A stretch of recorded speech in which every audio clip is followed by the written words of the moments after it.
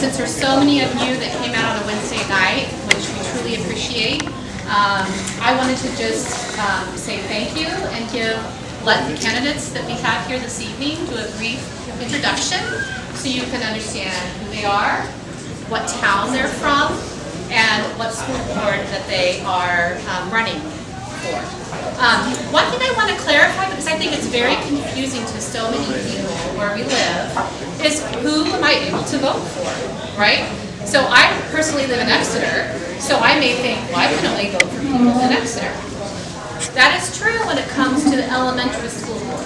So when I get my ballot, I'm allowed to vote for Exeter elementary school board candidates. This year we have 5 going for 2 3-year positions and 2 going for the 2-year position. One of them is a write-in. So as an Exeter resident, I'm allowed to vote for that. If you live in Stratham, you vote for your Stratham elementary school board. Newfields, you vote for Newfields. However, all people that live in our towns and our district are allowed to vote for all of the candidates in the co-op, okay, so the cooperative school board, which is the middle school and the high school. So that means, for example, for Exeter, there are going to be 2 candidates. You vote for one. Doesn't matter if you live in Exeter or Stratham or Newfields. For Brentwood, there will be 3 candidates. You vote for one. For East Kingston, there are 2 candidates. You vote for one. For Kensington, there are 2 candidates. You vote for one. But everybody that lives in all the districts, or all the towns in our district, are allowed to vote in that cooperative school district election. And I think that's something that many people probably don't understand and probably have left blank when they see the ballot form. Like, well, I can't vote for Brentwood because I don't live in Brentwood. No. So for cooperatives, you vote for all. So we have created some, not created, but we have found some candidates that we really stand behind and support because we really believe in having fresh perspectives, fresh eyes, and just a change in a direction that really supports strong academics and accountability among our administration. So with that, I want to introduce you. So if all of our candidates can come up here, that would be wonderful. You guys are going to have to really yell. Okay. To talk loud. Yeah. Sorry. No. Introduce yourself to them, ask any questions or comments that you have, and they all have materials that you hand out, websites, Facebook pages, so you can find out more. So we'll just start with, these are the co-op candidates, so everybody gets to vote for the co-op candidates. So you just introduce yourself. I was going to be last coming to this. Thank you everyone for coming out. I am Jen Marr. I'm running for Kensington Co-op. A little louder. I'm running for Kensington Co-op, Jen Marr. Can you hear me? Yeah. Okay, great. And this is my second speech. I did this last night, so I am a parent. I've lived in the SAU 16 for 20 years now. I'm a parent of a 14-year-old and a 9-year-old, and very passionate about my kids' education and the kids' education. So that's why I'm here. I'm here to make a change. I'm here to be a voice. I think that we've lost our way, and we need to get that way back. I sat at board meetings and feel like I'm lost there. Like, we don't have a voice, so I really want to bring back academics. I want to be the voice to the parents, to the kids, to the teachers.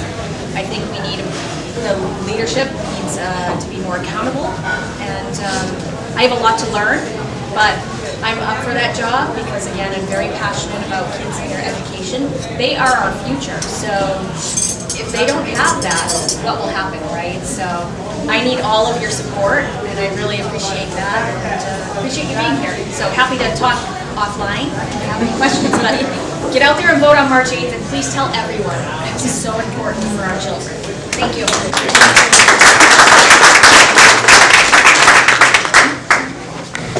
Hey everyone, my name is Melissa Hanlon. I'm running for co-op for the Brentwood seat, which is the most contested race. It's a 3-way race. I've been in SAU 16 since 2005. My husband's a 5th grade teacher at Lincoln Street School, who maybe some of you have the benefit of seeing your kids go through.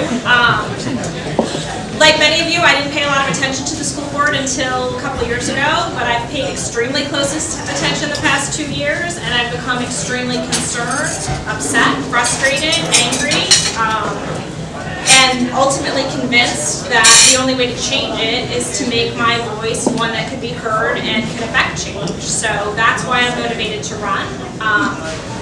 I want to see the center put on the kids, and I want to see resources directed to the teachers who can directly impact the kids, and not to the central office. And I think that we have an amazing opportunity right now with a lot of board majorities at stake, and in particular the joint board majority at stake. So please get your friends and neighbors out to vote and to support our mission to make change in our district.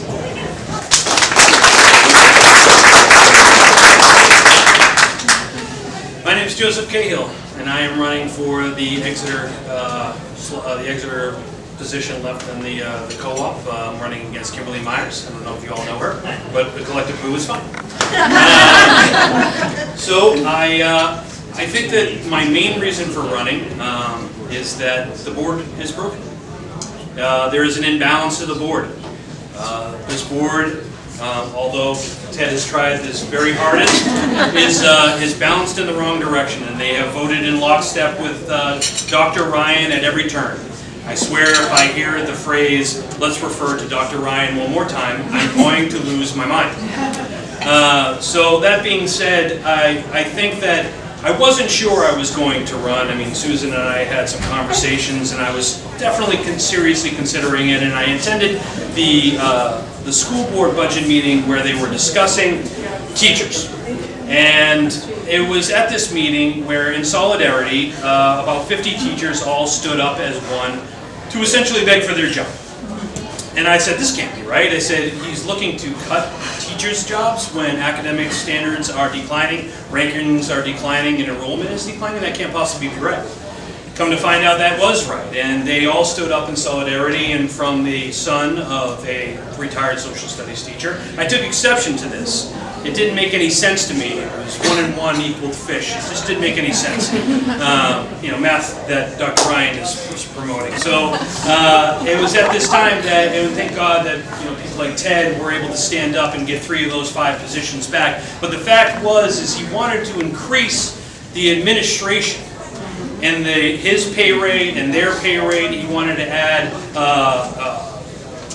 counselors and so on and so forth, so that children would feel better about their falling grades. It just didn't make any sense to me, and as these teachers stood up in solidarity, I was so moved by the way that they stood up and gave this eloquent speech. He never looked up from his computer once. Never even looked up. Didn't give him the time of day. And I said, that's despicable. I can't even stand that. But it actually got worse. I don't know how, but it actually got worse. A young man, probably I would say between the ages of 11, 12, maybe 13 at the oldest, was standing up, and he had kids behind him that all went to the Great Bay Charter School. And he stood up and so eloquently, with a little quiver in his voice because he was nervous, essentially begged for the funding for his school. He said, I have trouble learning, and I'm finally in a position where I'm able to be comfortable in my own skin. I'm learning the way that I want to learn. Please don't take that away from me. Please allow me to stay in the school that I'm in and the classes that I'm in. And he never looked up from his computer once. And that was it. It was time to run, because it's time to ask some questions. And I'm just the kind of guy that's going to ask those questions. I can promise you that. And I got a bunch of questions I can't wait to ask him. So he is going to look up from his computer, I can promise you that. I think it's great that we're doing this here tonight, because I've been in both rooms, and I've heard different perspectives for the first time, and most of the perspectives I've heard in most of the meetings that I've been in up till now have been kind of one-sided, and this was a little bit where I've heard both perspectives, and I think that's good. I think it's important, because to be honest with you, I think we've gotten to a bad place, to be honest. I think that one of the greatest things about America, and I'm going to get a little deep with you now, is that we are at our best when things are at their worst. We've been attacked before, buildings falling down, unprovoked attacks by other countries, and what happens when that happens? We come together. When buildings fall down, does everybody remember what it was the day of and the day after? Nobody cared whether you were a Democrat or a Republican or an independent, whether you were black or you were white. It didn't matter whether you were a homosexual or heterosexual. It didn't matter. We were Americans.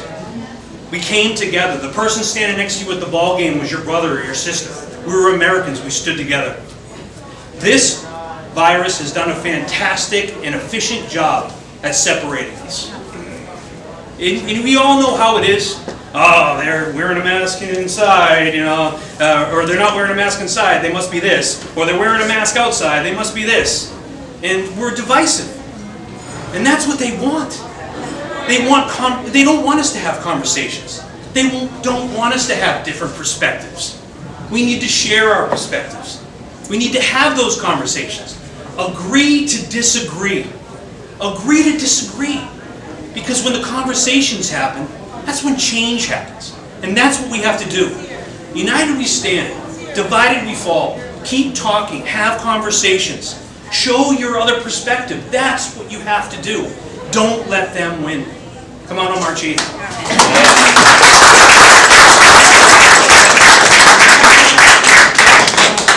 What he said. My name is Ted Lloyd. I'm from East Kingston and moved to this beautiful state 18 years ago and settled in East Kingston. There today, and I love it. I was appointed to fill a vacancy in the co-op school board last September. And so I've been undergoing the attempts at propagandizing and retraining on that board, and I'm resisting. No, I've been allowed to see a little bit of what goes on in the co-op school board and why things are as awful as they are now in SAU 16. And I'm running for the seat that I currently hold for the final year of the term that was vacant. Okay? I need to be elected to that. I can't get appointed. So I'm here asking for your support. Why am I running? I'm running because, as several of the candidates have stated, the Exeter school system is broken. We are at a point now where if we continue this much further, it is not going to be recoverable. We need to make change, and we need to make it now. This election gives us the opportunity to flip the board. I'm tired of being on the one side of 1 to 8 votes, on the 2 side of 2 to 6 votes, and on the 3 side of 3 to 6 votes. You can give me math. I'm great. We do need to make a change.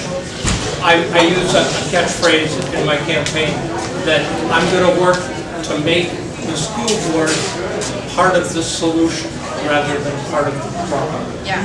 And that is exactly what we need to do. The academics are going down. And why are they going down? Because the administration is not focused on academics. That's a true fact. The budget is not aligned with academics. The budget is aligned with the administration and the salaries and the perks that go along with being an executive in SAU 16. The budget is aligned to all of the social and emotional and racial identity and gender identity programs that we have going on, to the detriment of academics. That needs to change. At the same time, costs in the school district are going up. And they go up every year, and sometimes they're jiggered a little bit so that they understand that voters tend to vote for the lesser of 2 budgets, the proposed budget versus the default budget. And sometimes they take advantage of that to get things in that they want to get in, such as the DEIJ director. Other times, they give back a little bit to the electorate by dropping the budget 0.6% or 0.3%. And so people will vote for that rather than the default budget. All in all, change needs to happen. We need to become part of the majority that understands that you folks, parents and taxpayers, are our bosses. We report to you every 3 years. We have to rerun.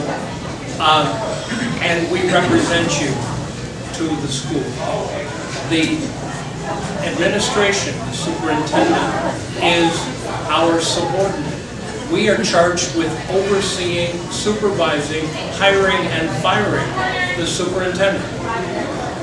And I would guess that half the board doesn't really think about that very much. They might tell you that if asked, but they don't have to. And we need to get a board that does. So appreciate your vote on March 8th.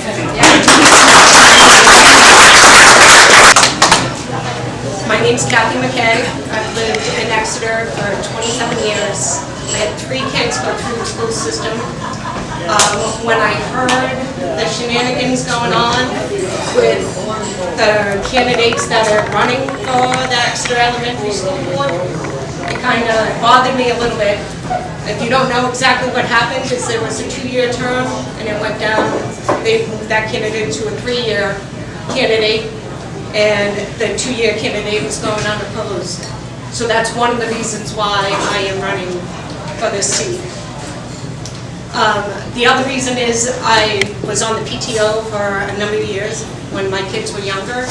I've had 2 graduate from the system. I have a senior that now getting ready to go to college. I have a lot of time on my hands, and I want to just do more for the community and try to help out the kids and the teachers like I used to do when I was on the PTO. After being on the PTO for more than 5 years, I ran special projects. I helped get things put into the school like winter carnivals and Santa's shops and other events like that. I helped with Get Fit in May. And like all these things as a community bring people together. And that's what I want to do, is I want to bring the community together and you know, vote for the teachers and the kids to get more out of the school board.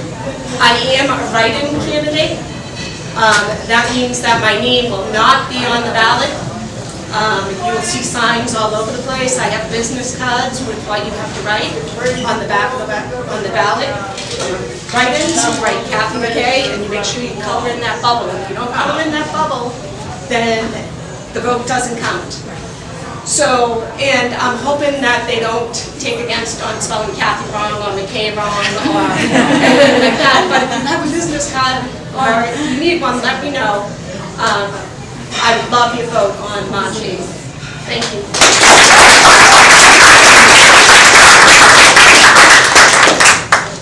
My name is Natalie King. I'm running for Exeter Elementary Board. Way that I have, actually, let me start with, I have 2 older kids that went through Northampton School. One was a Winnicott graduate, and one was an Exeter High School graduate. And I have 2 youngers that are kindergarten and 2nd grade at Main Street School. So I've got experience with different school systems around the area, as well as obviously my own growing up. And the way I've described this to other people and how I arrived here is sort of a waterfall effect, right? So we had an amazing experience at Northampton School with our older 2. There was just so much to offer, so much community, plays and concerts and carnivals and just anything they could do to get the community together. And the older kids got a great education there. And I had a great education growing up. I grew up in Connecticut. We were offered everything very early, world language and getting into the STEM stuff even how many years ago it was, right? And so I had this evolution going on where my older that attended Winnicott loved it. And my older that attended Exeter High School hated it. And, you know, I had written it off at first to teen angst, divorce, right, other emotional things going on, but what she would always say is this student-led learning. didn't work well for her.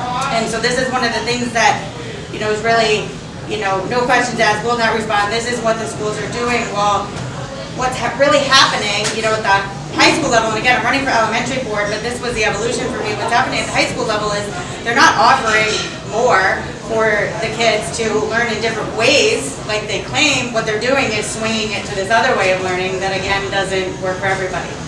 So it's just swinging the pendulum. And then I just started to notice, right, like I said, it's like Northampton School had all these things. My growing up had all these things I was seeing for my own kids, even pre-COVID, and my neighborhood kids and stuff. Just like, why isn't there concerts? Why isn't there community building? Why isn't there efforts? Why aren't they talking at the boards about introducing world language? Why aren't they looking at what's going on across the world and building these kids' education for a global world? That's another angle of DEIJ that I never hear, right, is growing into that global world, that presence, and teaching these kids, that angle. And so I just wasn't loving the experience, but I try not to make decisions on my knee-jerk reaction, so I kept giving things benefit of the doubt. And then with everything COVID and showing up at meetings myself and not getting responses, and friends and family and colleagues, right, having that same experience of just not getting responses from the board, being ignored, right, seeing decisions made against majorities on surveys, and all those types of things, right, it just kind of spiraled, and I was like, okay, I'm not making a knee-jerk reaction decision, this is a trend now, this is a thing, and I just started meeting more people that were seeing the same thing. So that's where I arrived here. I believe in the mission of Exeter PACT for educational excellence and everything that's been put out, and that's why I'm here. I want better for the kids. I have a lot of experience in my professional life in a global corporation. I've managed global teams. I have been through extensive DEI training. I've been through extensive management training. What I see happen on the boards in Exeter would never fly in corporate America. Like, not only would it not fly, it would be like, fired, you're out. Like, you need to have other opinions. You need to have a conversation about this. And I just think I can bring that angle to those conversations. And, when I told my coworkers I was running, they were like, yes. They were like, this is going to be awesome. So I hope you get out to vote. And please, on any individual topic, let me know if you want to discuss it. I'm open to discuss in more detail anything you want. Come on.